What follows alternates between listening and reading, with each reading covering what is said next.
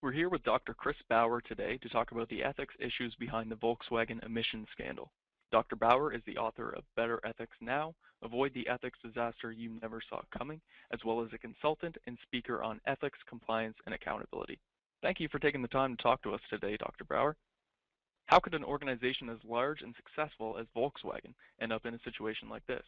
What fundamental problems in the organization could have allowed this to happen? Well, large and successful don't necessarily dictate how easily or difficult a time a company can have in assuring the ethics of their entire organization.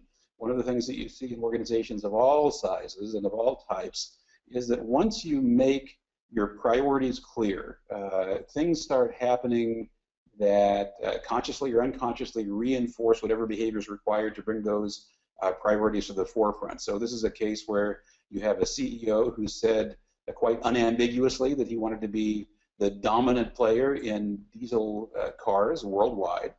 And so immediately my assumption is that things fell into place where any kind of actions that increase the likelihood of becoming the dominant player in diesel cars worldwide fell into place, began to be selectively reinforced. And in any size company, that can dramatically turn behavior from appropriate to inappropriate. Now, the CEO says that he didn't know what was going on, and we have yet to find out whether or not that's the case. It's certainly possible he didn't know, but it's abundantly clear that what he did know is that he had told everyone, again, not just in the organization, but outside the organization as well, that his priority was to make sure the numbers said we are the #1 provider of diesel automobiles, and I believe that set into motion a whole course of events in the organization where people felt that whatever they had to do to make sure that that promise was fulfilled is what needed to be done, even if that behavior turned out to be inappropriate or, in this case, quite possibly illegal. Who in an organization is to blame when there's an ethics problem as blatant and systemic as this? Obviously, a lot of people in the organization knew this was going on.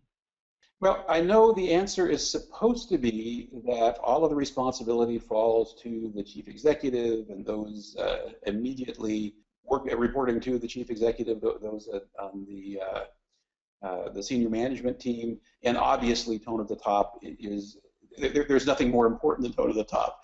At the same time, my view is that inappropriate behavior falls on, is the responsibility of everyone. So one of the things that we all need to do in any size, any type organization is attend to our behavior. And if we see that there are demands being placed on us, if the expectations are unrealistic or just difficult to achieve, and we get the message, intentionally or not, that what we're supposed to be doing is bending the numbers rather than doing the right thing so that the numbers look good, we all need to take responsibility for speaking up and saying, you know, we can't do this, and here's why. Now, are there risks involved in that? Unquestionably, there are risks involved in that. Unfortunately and sadly, data from the last 2 years show that retaliation for whistleblowing of all types is on the rise yet again, and that obviously can have a chilling impact on employees' willingness to speak up. And yet, fundamentally, if we're talking about who's responsible, we all have to be responsible for paying attention and realizing when something is being asked of us or we're asking something of ourselves that is inappropriate, whether it's not ethical or not legal, or is so often the case if it's neither, we all have to draw a line in the sand and say, no, we're not gonna do that. So again, I'm repeating myself here, but I would say the responsibility falls to each and every employee to pay attention to their behavior, the behavior of the folks around them, speak up as effectively as they can when a problem is seen. What should Volkswagen do going forward to fix their ethics culture and regain the public's trust? Well, I think this is a great case where, you know, what went wrong exactly, it's too soon to diagnose, and so it's a little hard to be prescriptive about what needs to change. I can certainly make some educated guesses based on similar sorts of problems that have occurred in other organizations.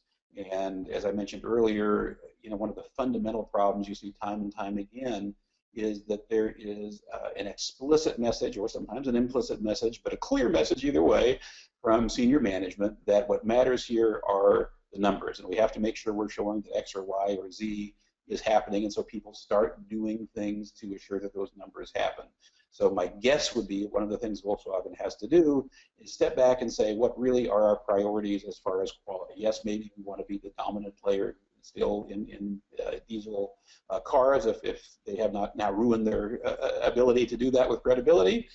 So what are we going to do to focus on quality first, make sure we're doing what we need to do legally, make sure we're doing what we need to do to deliver to our customers and rebuild their trust, because right now that trust is damaged. Some people are saying perhaps that trust is irrevocably damaged and the company can't sustain either the loss of trust or frankly the financial impact of what are likely to be monumentally large fines, not just in the US, but elsewhere as well. My sense of it is they can survive those fines.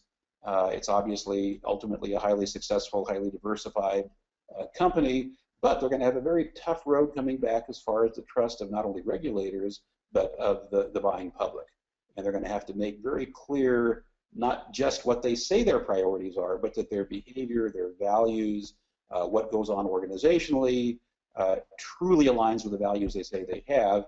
That may be a slow road back. I think they can do it, but they certainly can't afford any more breaches in trust, whether it's with regulators or the buying public, or it really may be the end of them, maybe not literally, they may not go under entirely, but as far as being a viable, high-powered company, they're in a serious hole right now as far as trust, and that's got to be rebuilt, and that can only be done by making sure there are no more ethical breaches or legal transgressions that are discovered.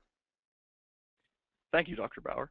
If you'd be interested in hearing more from Dr. Chris Bauer, register for his free upcoming webinar entitled Tone at the Top, Bottom, and Everywhere in Between at www.eyesight.com/webinars.